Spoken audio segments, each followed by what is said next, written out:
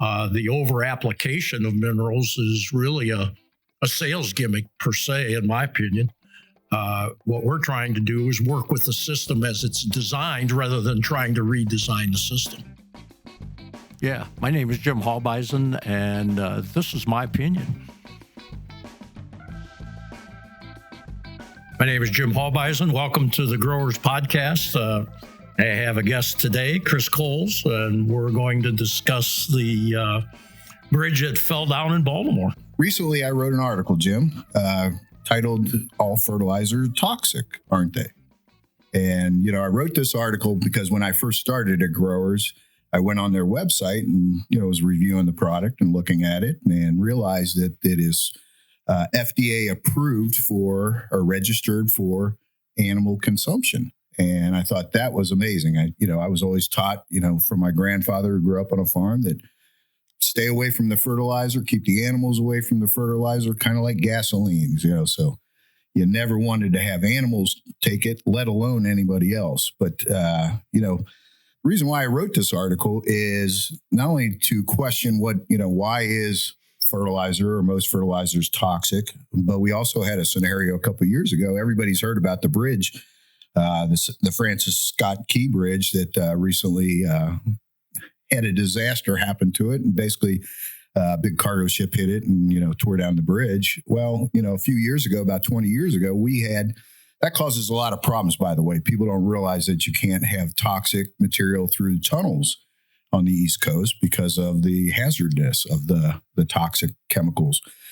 So they don't allow you to go through the tunnels up there when you do have that toxic waste. So when a bridge goes out, it causes a lot of problems for the moving fertilizers around and other toxic materials. And about 20 years ago, they had a bridge that was shut down for whatever reason. I forget what the reason was, but we had to get our, growers minerals delivered. And our truck driver up there working for Dennis Grove, our district manager up there, Doug Malpauls, was delivering some growers. And the only way to get across the bay was through the tunnel. So he decided, I'm going through the tunnel. And of course, they stopped him when he tried to get through the tunnel. And first officer literally said, "You cannot go through the tunnel. I know you're carrying fertilizer. I grew up on a farm. I know fertilizer is toxic, and you can't bring any toxic materials through the tunnel." Well, Doug knew growers was not a toxic fertilizer and trying to convince the officer, but the officer knew better because he was a farmer. Finally, they called in the captain, and the captain came down and went through Doug explaining what growers was, and the captain was hearing from his subordinate that said, it's toxic. And finally, Doug was frustrated and just said, "Hey, listen, I'll prove it to you." So he literally climbed up on the back of the tanker, opened up the tanker drawer and stuck his hand in there and licked a little bit of growers. And stunned, I think the captain looked at him at that point and said, "Hey, this guy's willing to lick growers mineral. It must not be toxic. Let him through." So writing that article, Jim, can you tell me why most toxics or most fertilizers are toxic, and what's the difference between most fertilizers and growers mineral? Yeah, Chris, the thing with fertility products, basically this goes back to World War II when they figured out how to take nitrogen out of the air, and then they were trying to refine ground rock materials, and that covers the nitrogen, phosphorus, and potassium issues that supposedly are necessary in fertilizer. And what they have promoted is that it takes a certain amount of volume of those elements to get a certain amount of production. And what they're trying to do is bypass the way the system is really designed. The system is designed for the microbiological life in the soil to feed the plant. And see, they're trying to bypass that step in the process. And while they're doing that, they're trying to, since it's inefficient, they are trying to cut the expense of the mineral that they're using. And so what has evolved from that is that fertilizer companies are using toxic products because that allows them to cut their expense quite significantly. Some products that are used in fertilizer actually belong in toxic landfills, which is very expensive.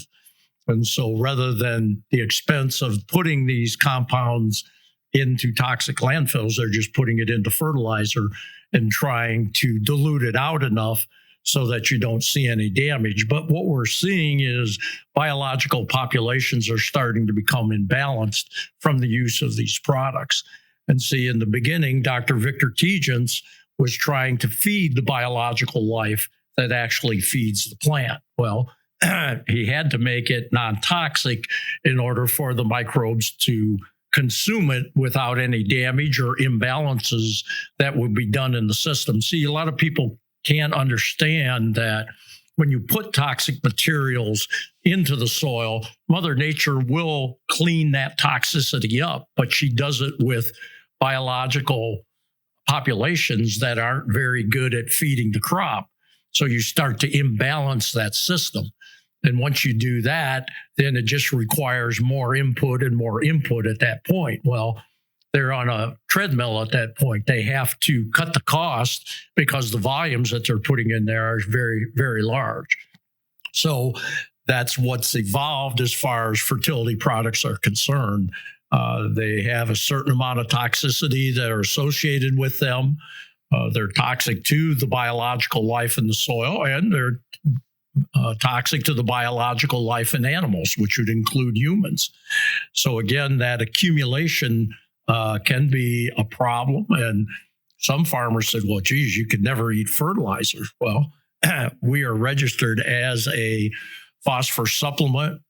Farmers are feeding it directly to livestock. The registration is for ruminant animals. And we've been doing that. That was done in the beginning.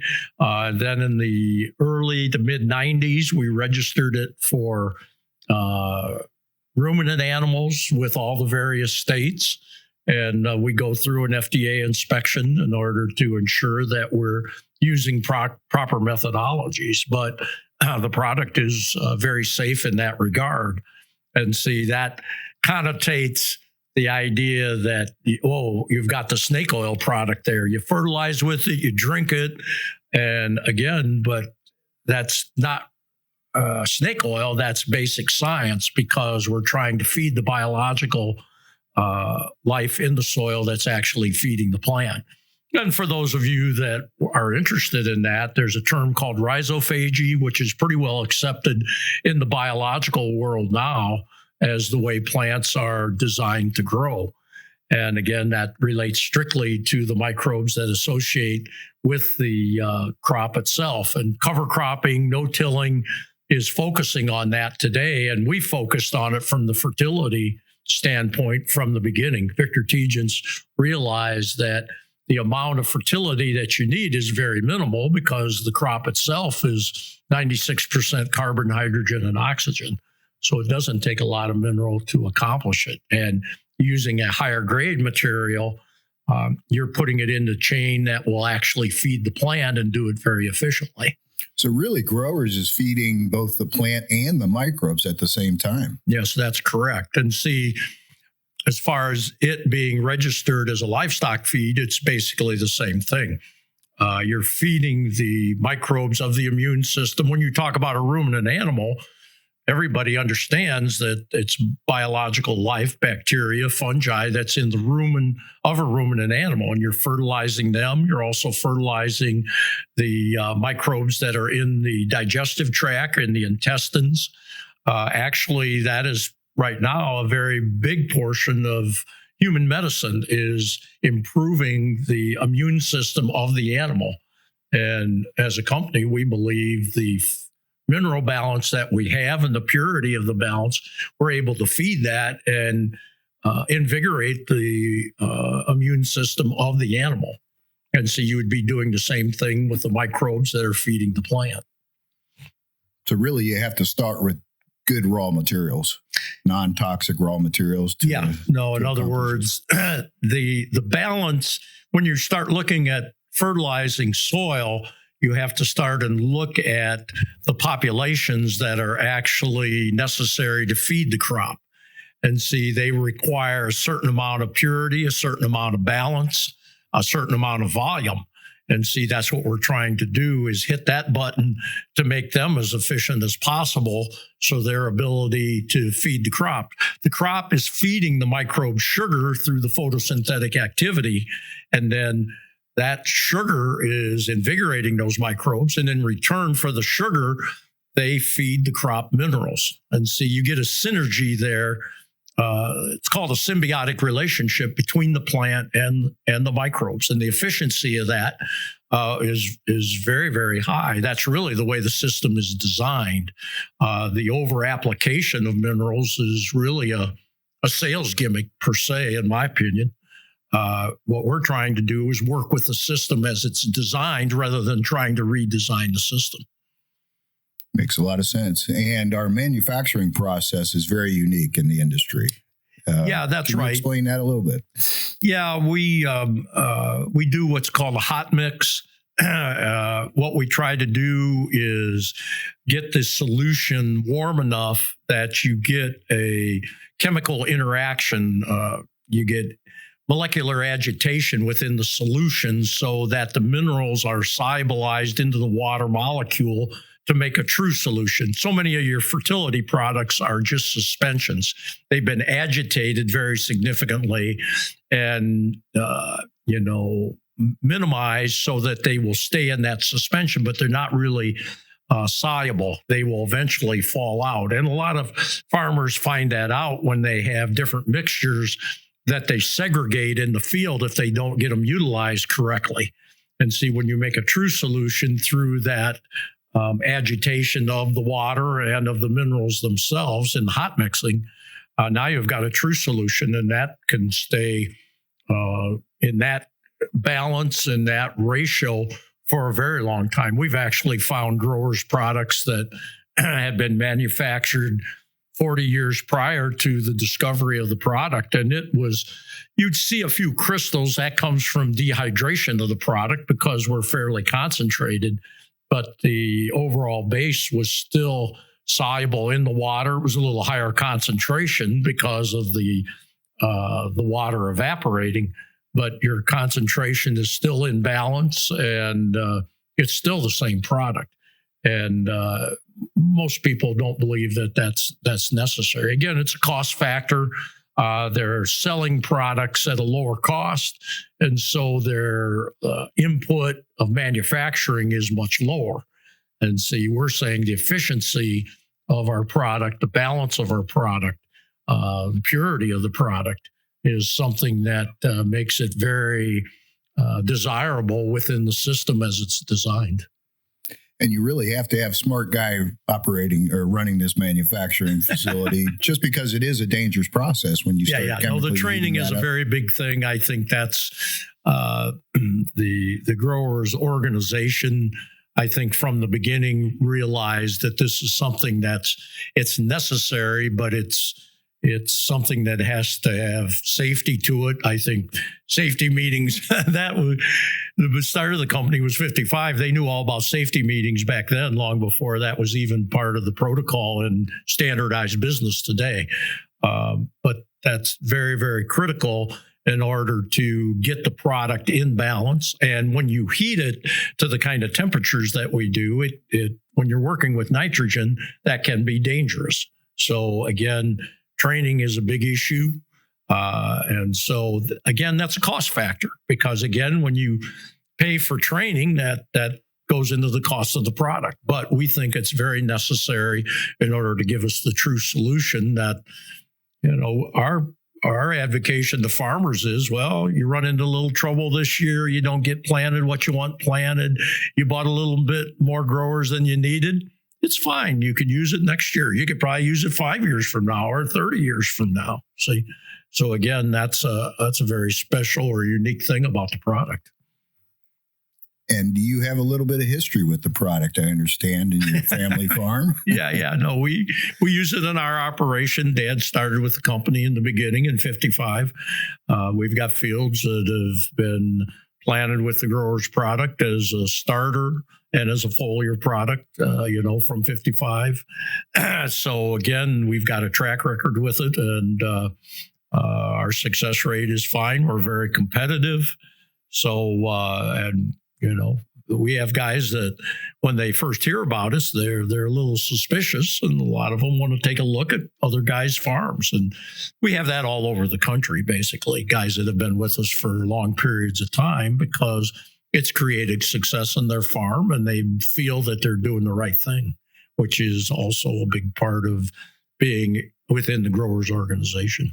Yeah, I must say, we're in upwards of 35 states and a couple provinces in Canada. Mm-hmm. And I'll tell you, one of the real satisfactions in my travels around the country is going around and seeing growers, guys that have been on the program for, 30, 40, 50, some of them upwards of, like you, 70 years, mm-hmm. and seeing the success that growers has brought them. I've heard story after story where struggling farmer, was going backwards, his yields were going down, his profitability was almost nothing, and changes and gets on the growers program and turns that around. And I think it's truly believing it's investing in your land when you use growers versus taking away from the land.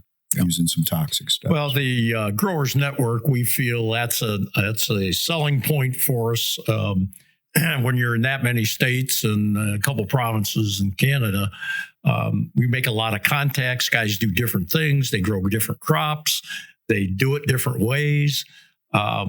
That's part of the selling point of growers, in my opinion. You embrace the network at that point. And we have guys that interact with each other, and they're not talking fertility whatsoever. They want to talk about a new type of harvesting mechanism they got, or they got a new planter, or they got something that nobody else has used before. And there might be somebody else within the network that's got some experience with that. And we think that's a very, very important issue because, again, within the network, you're talking to other guys that are conducting business. The idea that you're going to use taxpayer-funded people that are promoting things, that can be a start, but it's got to be profitable. And see, the guys you interact with in our network, they've been up to something trying to make a business work for them. So we feel it's very good information that is very helpful to guys. Yeah, that network is something unique to growers. And it's just not our sales force, which are primarily farmers first, right? But also our customers. I was on the phone today with one of my district managers down in Georgia. He's just having a terrible season, lost his strawberries to a disease, and now has tomato issues. Mm-hmm. And first thing I told him is, hey, you got to call Bruce Stevens in Ohio. He's dealing with tomato issues right now, and he may be able to assist you with that. And he was thrilled about that. And then we have another guy, Kevin Racky, that can help with that as well. So it was a neat, just satisfaction from actually one of my district managers trying to find another resource through our networks and finding out information. Yeah, no, that, and when you've got another farmer that you're talking to, that's very helpful. Even if it doesn't give you a total solution, you get a lot of different ideas and you look at things differently and see when you get that different set of eyes in somebody that's actually tried something. That's very, very helpful. Very helpful. This podcast has been brought to you by Growers Mineral. Please visit growersmineral.com.